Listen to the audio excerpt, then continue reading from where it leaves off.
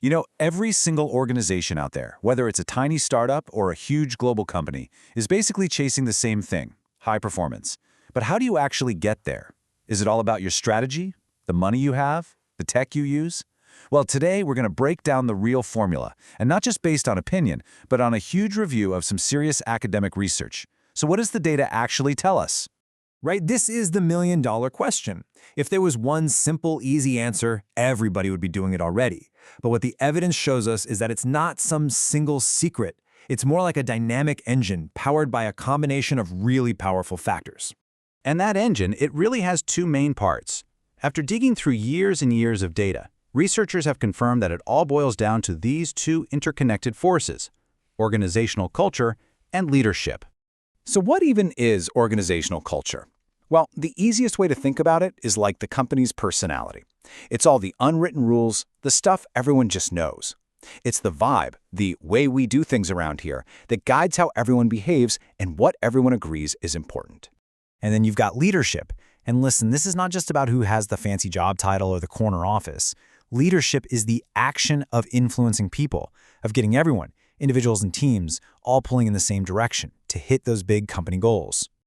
Now here's where it gets really interesting. You can't just have one of these without the other. It just doesn't work. A brilliant leader in a really toxic culture is going to fail. And an amazing culture with no clear leadership is just going to drift aimlessly. The real power, the magic, really, happens when these two things work together. And how are we so sure about this? Well, this isn't just some theory somebody came up with. This is the result of a massive, systematic review that pulled together the findings from 17 different high-quality, peer-reviewed studies to get to one solid, evidence-based answer. In this chart here, it might look a little intense, but it basically shows you how incredibly careful they were.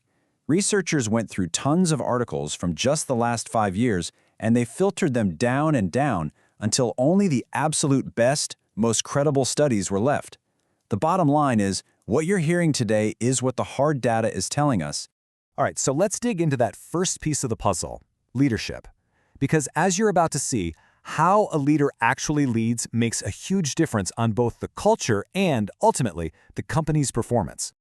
Okay, so two of the big styles you hear about are transformational and transactional.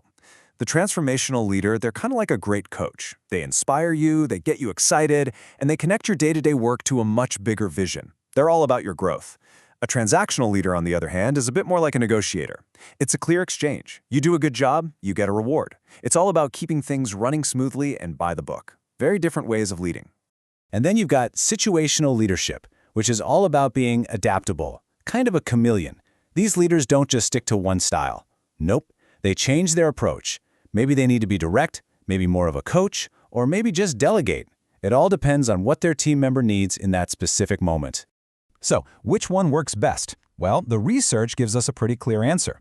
The data shows again and again that transformational and situational leadership are especially powerful. And why is that? Well, it's because they're the best at getting everybody truly aligned with the company's values, and that right there is the secret sauce for boosting performance. Okay, so we've covered leadership. Now let's switch gears and talk about that second crucial ingredient, culture. I know it can feel a little abstract, so let's look at some awesome real-world examples to see how it works. Okay, check this out. This is so fascinating. In Japan, you've got this culture built around discipline and teamwork, which fuels amazing performance in the tech world. Then you hop over to Singapore, and it's all about efficiency and innovation. In Indonesia, there's this concept called gotong royong, which is all about mutual cooperation, and it creates this super collaborative workplace.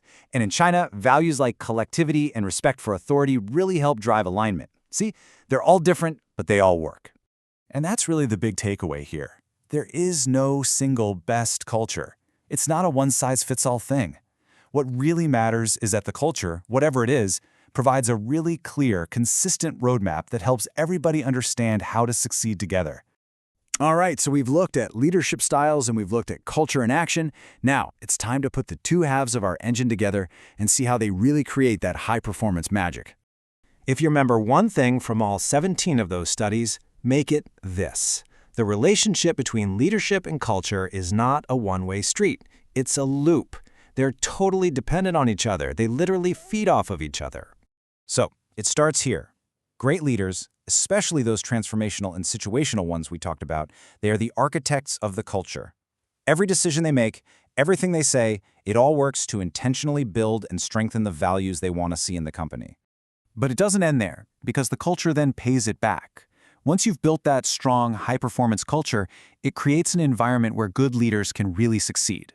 The culture itself actually supports them, making their job easier because everyone's already on the same page.